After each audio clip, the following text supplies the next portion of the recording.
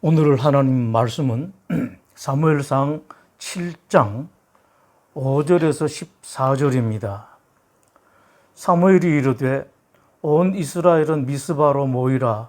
내가 너희를 위하여 여호와께 기도하리라 하며 그들이 미스바에 모여 물을 길어 여호와 앞에 붓고 그날 종일 금식하고 거기에서 이르되 우리가 여호와께 범죄하였나이다 하니라.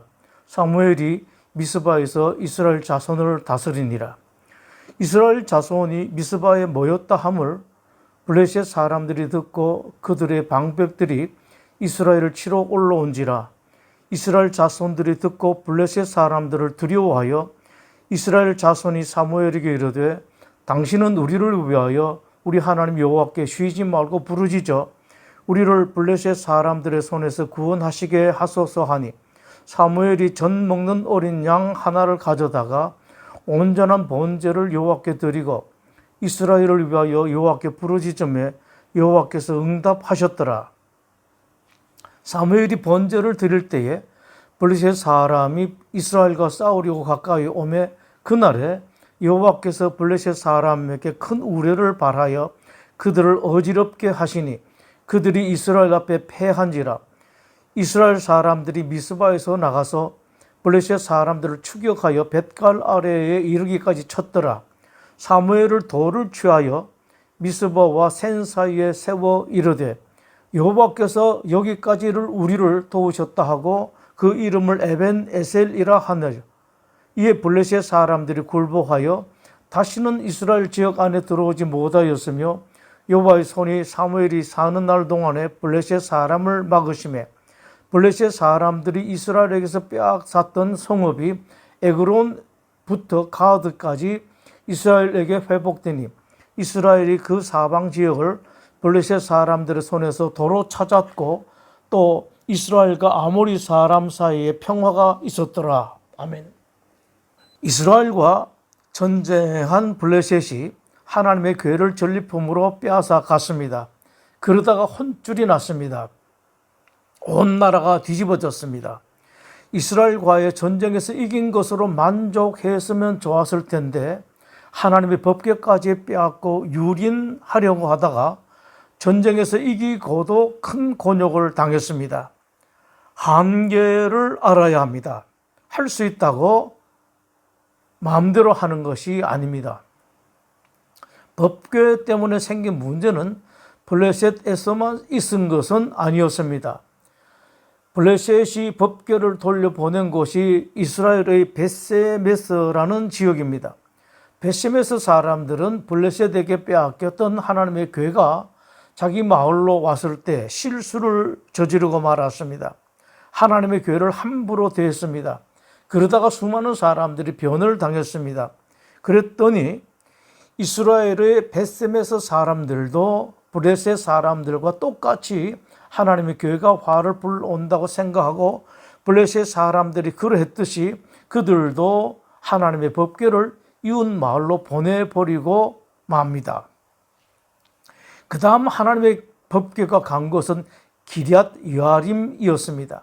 그런데 블레셋이나 이스라엘의 벳세메스에서는 큰 재앙이 일어나고 많은 사람들을 변을 당했는데 기럇 여아림에서는 전혀 아무 문제가 생기지 않았습니다. 그 이유는 기럇 여아림 사람들은 하나님의 교회를 귀하게 여겼고 하나님을 귀하게 여겼기 때문입니다. 7장 1절의 말씀입니다. 기럇 여아림 사람들이 와서 여호와의 궤를 옮겨 산에 사는 아비나답의 집에 들여놓고 그의 아들 엘리아사를 거룩하게 구별하여 여호와의 궤를 지키게 하였더니 하나님을 귀히 여기지 않는 사람들, 하나님을 멸시하는 사람은 하나님도 귀히 여기지 않으시고 멸시합니다. 반대로 하나님을 귀하게 여기는 사람은 하나님도 그 사람을 귀하게 여깁니다. 하나님의 교회가 블레셋에서 이스라엘로 돌아왔습니다만 20년 동안 이스라엘 사람들은 아무도 하나님의 교회를 찾지 않았고 귀하게 여기지 않았습니다. 그러다가 20년이 지나고 난 뒤에야 이스라엘 백성들이 하나님을 사모하기 시작했습니다. 여기서 생각해 볼 것이 있습니다. 그렇게 귀하게 여기던 하나님의 교회가 돌아왔는데 이스라엘 백성들이 왜 20년 동안 귀하게 여기지 않았는가?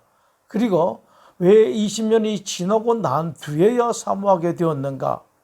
20년이 지난 다음에야 이스라엘 백성들이 정신을 차려서 그랬던가?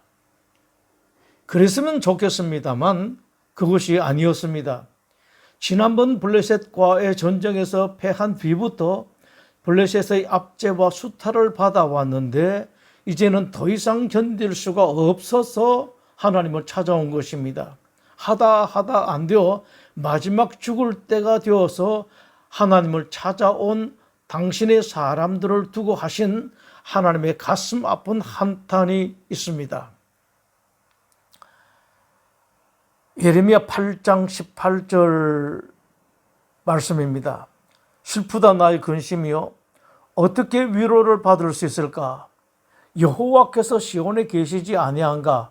그의 왕이 그 가운데 계시지 아니한가? 추수할 때가 지나고 여름이 다하였으나 우리는 구원을 얻지 못한다 하는도다. 길라앗에는 유향이 있지 아니한가? 그곳에는 의사가 있지 아니한가? 딸 내 백성이 치료를 받지 못하면 어찌 됨인고? 왜 그렇게 바보 같았는가? 나 하나님이 있지 아니했던가?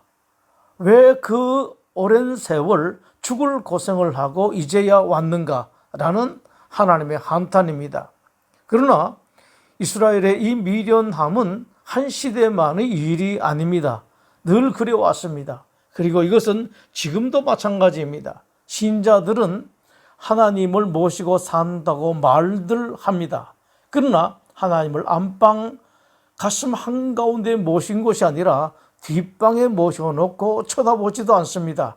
그리고선 여기저기서 하나님 없이 즐기다가 어렵고 힘든 일이 생겨 도저히 견디지 못하니까 하나님을 찾았다는 말씀입니다. 어떻게 보면 좀 괘씸합니다. 많이 미울 것 같습니다. 내 자식이라도 그럴 것 같습니다. 그러나 그럼에도 불구하고 그런 사람, 그런 나라를 하나님은 미워하지 않으십니다.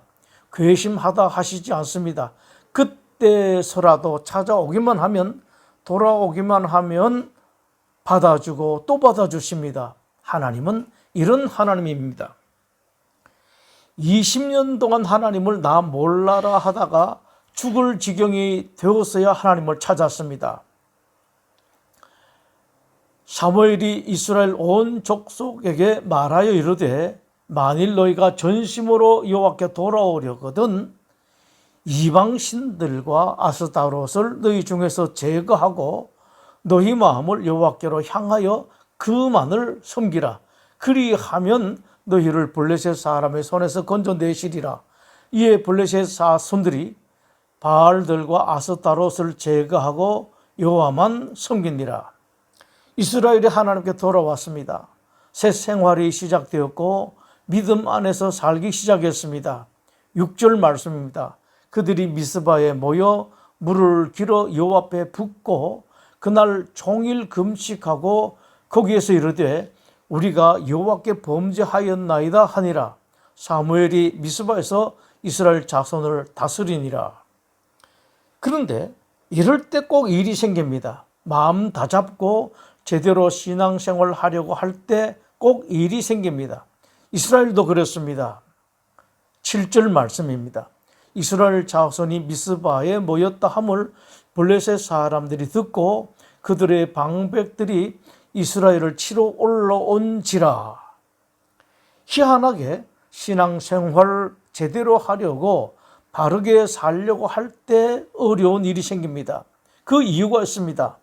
어둠이 신자들이 바르게 살고 신앙생활 제대로 하려고 하는 것을 눈뜨고 보지 못하기 때문입니다. 신자의 가정을 파괴하고 하나님으로부터 교회로부터 멀어지게 하기 위해서 복받은 자로 살지 못하게 하기 위해서 어둠은 계속해서 신자들을 흔들어 댑니다. 하나님의 사람들이 이것을 알아야 합니다. 모르면 당합니다. 모르면 내가 신앙생활을 제대로 하려고 했던 것이, 내 가정을 더 챙기려고 하던 것이, 내가 바르게 살려고 하는 것이 아무 소용이 없다. 그 생각하다 저 멀리 나가 떨어지고 맙니다. 예수님께서 이것에 대해서 하신 말씀이 있습니다. 마태복음 10장 22절에서 이렇게 말씀하셨습니다. 끝까지 견디는 자는 구원을 얻으리라. 정말로 큰 복을 받는 것, 진정한 구원 받는 것이 그리 간단하지 않습니다. 이것까지 알아야 합니다. 내가 가정에 돌아오고 신앙생활 좀 하니 하나님께서 얼른 내 회사를 회복시켜 주시고 건강 회복시켜 주시고 나에게 복을 주실 것 같지만 금방 그렇게 되지 않습니다. 끝까지 견디고 이겨야 합니다. 이스라엘 백성들은 그 시험을 잘 이겨냈습니다. 불신앙을 유혹하는 그 위기 때 이스라엘 백성들은 하나님을 믿어보아야 소용없더라, 돌아가 봐야 소용없더라 라고 생각하거나 주저앉거나 떠나지 않았습니다. 하나님을 찾았고 하나님의 종을 찾았습니다. 8절 말씀입니다.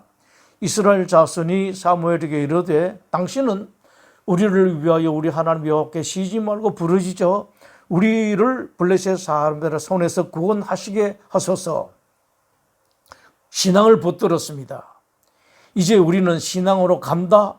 신앙 때문에 위기가 닥쳐도 우리는 신앙으로 간다. 이 이스라엘을 하나님께서 어떻게 하실 것 같습니까? 성경을 보면 우리 하나님도 신명이 들 때가 있으시다는 생각이 들 때가 많습니다. 신명이란 흥겨운 신이나 기분 좋아 어쩔 줄 모르는 마음을 말합니다. 하나님께서 신명 나시면 우리가 생각하기에 도를 넘는 한계를 넘는 일까지 하십니다. 대표적인 것이 스바냐 3장의 말씀입니다. 너희 하나님 여호와가 너희 가운데 계시니 그는 구원을 베푸실 전능자이시라.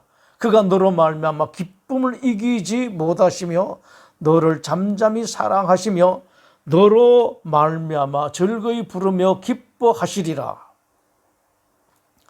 하나님이 신명 나시면 우리가 깜짝 놀라는 일이 일어납니다.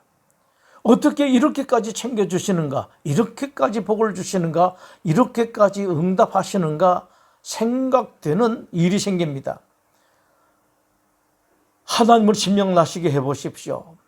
세상 사람들은 물론 믿는 사람들도 이해하지 못할 정도로 하나님이 신명 나실 때가 있습니다.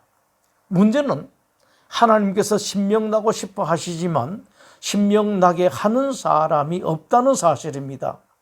그렇게 어려운 일, 그렇게 특별히 잘해야 되는 것이 아닙니다. 이스라엘 백성들이 오랫동안 하나님을 찾지 않다가 찾기만 했어도 하나님께서 신명이 나셨습니다. 평소보다 조금만 더 잘하면 하나님은 신명이 나십니다. 예수님께서 집 나간 탕자 이야기 하실 때에도 하나님의 신명을 살짝 비추셨습니다. 재산을 다 탕진하고 돌아온 작은 아들을 아버지는 그냥 받아주시기만 해도 될 것 같았다. 그러나 아버지는 그렇지 않았다. 온갖 것을 다 해주었다. 제일 좋은 옷을 입히라. 손에 가락지를 끼워주라. 살진 송아지를 잡으라고 했다. 그것은 사실 좀 고한 것이었다. 큰 아들이 아버지에게 항의할 정도였다. 제가 여러 해 동안 아버지를 섬기면서 불순종하지 않았는데 아버지는 그런 나를 위해서는 한 번도 염소 새끼 한 마리도 제대로 잡아주지 않으셨습니다. 그런데 아버지 재산을 장녀들에게 탕진한 동생이 돌아오니 제게는 한 번도 해주지 않았던 그 귀한 송아지까지 잡을 수 있습니까? 라고 항의할 정도였다. 예수님은 우리 하나님이 바로 그런 분이라고 말씀하십니다. 하나님은 그렇게 신명이 있는 분이십니다.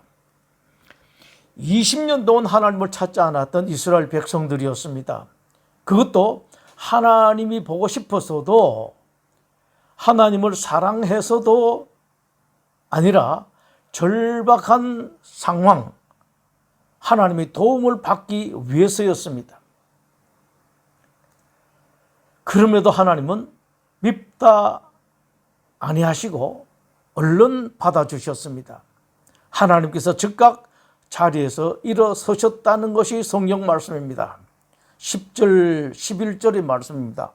블레셋 사람이 이스라엘과 싸우려고 가까이 오매 그날에 여호와께서 블레셋 사람에게 큰 우려를 발하여 그들을 어지럽게 하시니 그들이 이스라엘 앞에 패한지라.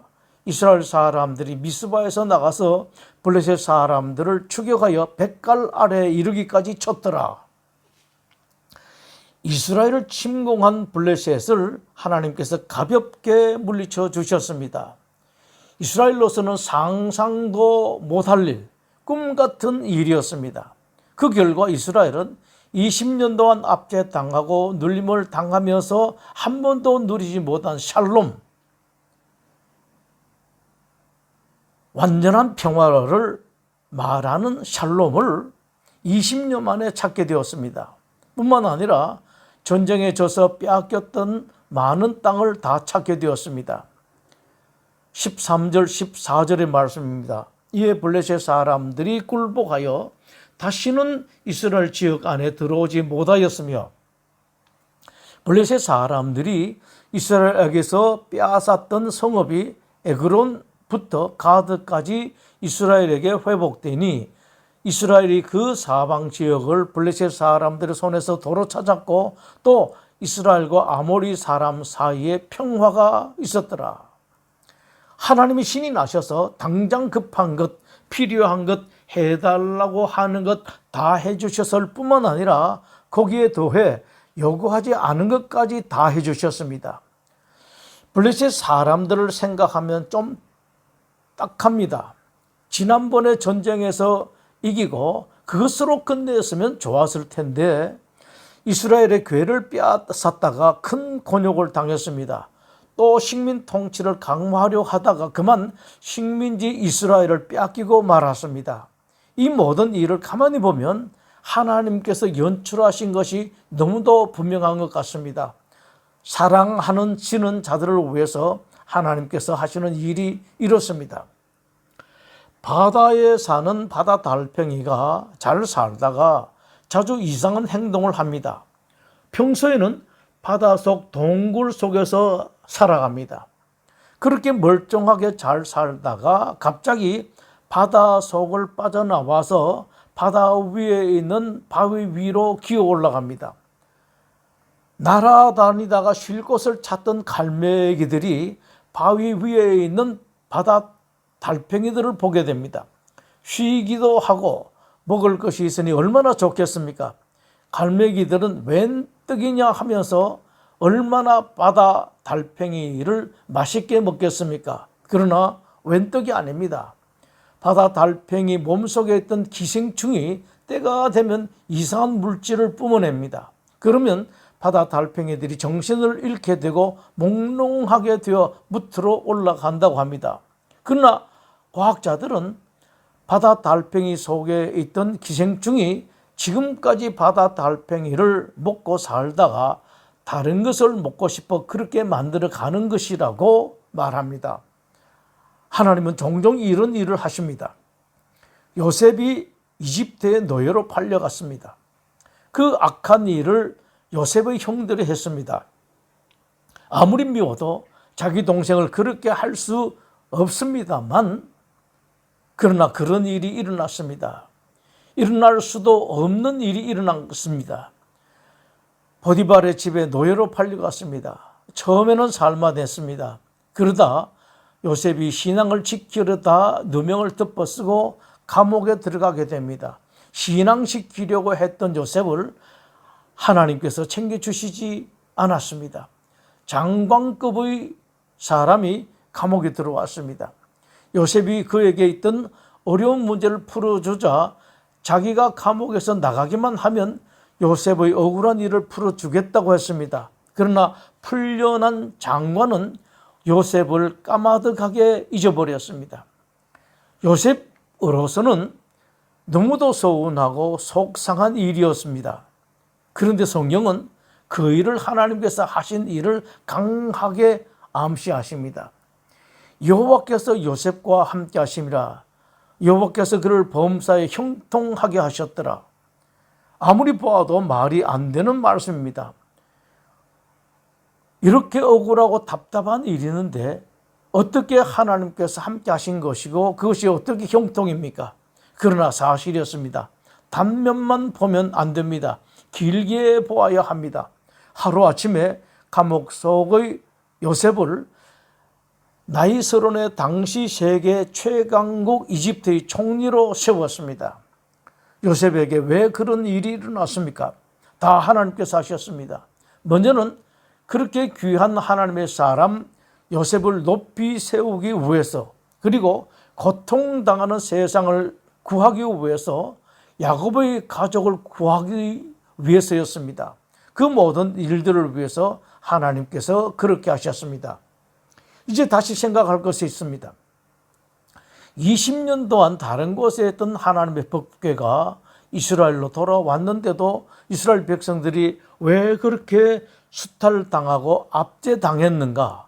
왜 20년이 지난 이제 와서야 블레셋에게서 해방되고 영토를 찾게 되었는가? 사무엘이 제사를 드렸기 때문입니까?